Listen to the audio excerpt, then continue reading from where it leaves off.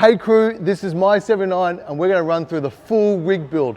Before we get started, because I'm pretty excited about showing this off, why did I pick a 79 and not something else? I've had wagons, I've had trays, had canopies, had tubs, I've had the lot. This 79, I wanted something to be ultra strong, super reliable, but a bit different. That's why I've done all these little bits and pieces that are truly Barney. No one else has ever had a car ever like this in history. I'm pretty sure I've never seen it. Even the color's different. So, why have I done this? Because it's about me and nobody else.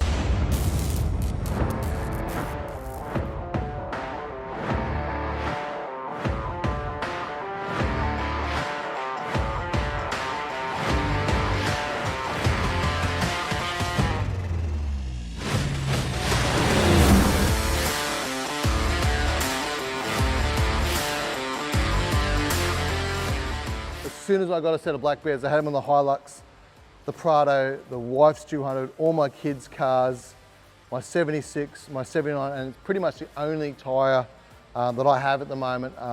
These are 35s, they're pretty big. I've also got the Black Bear steel rims, they're a really big dish.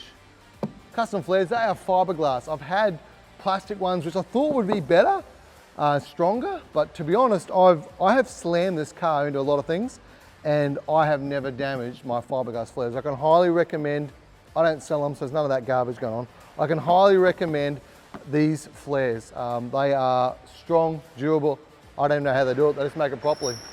Obviously, I got the rock sliders. These are unique. They're not the standard set of rock sliders because they're, you know, got no step on them. I don't want a step, I wanted something really tight for mine. I don't actually sell them, but I love them because it makes the car look taller. That's that on them there. From here, I'm gonna start working to the back. I mean, me and one of the boys built this tray, so I'm kind of passionate. Why did I not go a canopy? I like the look, I like the chaser rack. I like the molly on the back. I like having things hanging exposed. I didn't want a big canopy. I had that, fantastic. But this is not meant to be an Australian go around the country tourer. Do I wish I had a canopy? Yeah, no, not really. If I want something, I'm just gonna tow it. If I want a camper or a caravan, that's what I'm gonna do. But I love the look, I love the feel. It is my daily driver at the moment, so that's what's kind of cool about it. I do take it camping. I take a swag, I take a gazebo. And having this much ute space, I am loaded up, and it is awesome having it. Why steel? Number one reason I went steel is I can't weld alloy. To be honest, that's it. I can't weld alloy, but I did need the weight. So you've got no canopy, so I need weight. Even currently, I've been having problems with traction because there's not enough weight. I'm probably gonna add a little bit of mass, a bit more steel in there. Reality is I can work with steel, I just can't weld alloy. Obviously we custom bent all the pipe work here. We did that in the mandrel bend at the office. It's all just box section. These panels are custom made just to fit in there.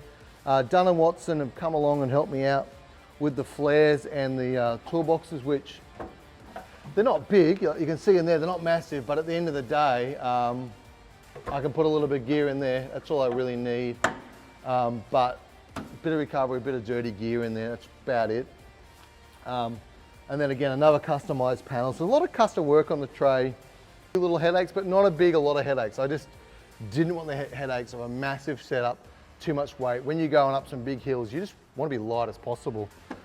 All right.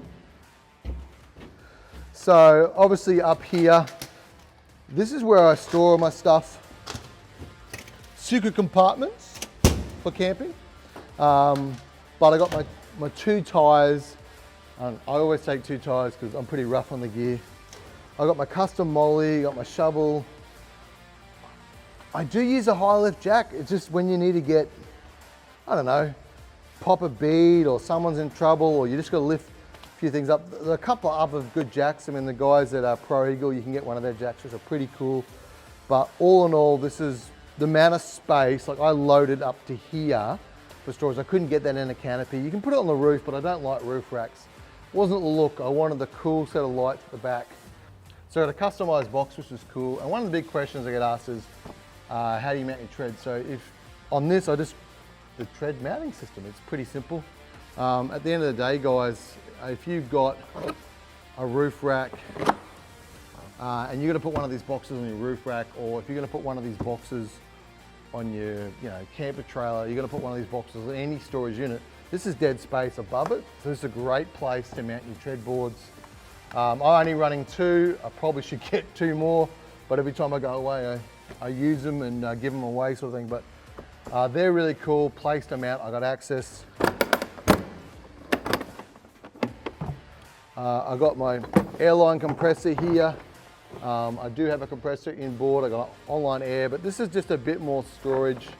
Again, I want that narrow passage. I just wanted to have a narrow passage to store gazebos and stuff.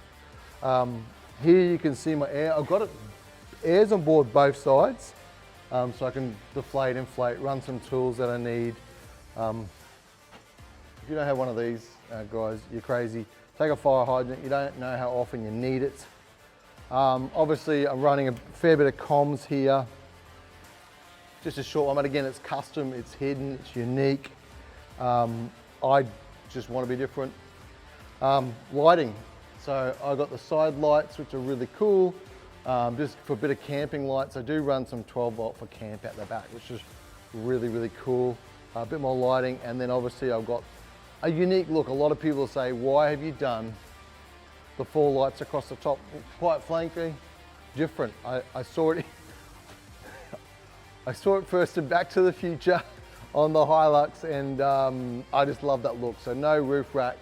Yes, better for camping to have more, but again, it's my daily, it's my passion. I don't need the roof rack. I just wanted to have a cool set of lights up top, a mean looking truck, and that's what it's all about, is me. Doing me differently and not being what everyone else has done. A lot of the stuff that we do in this truck is, like I said, it's unique and it's custom.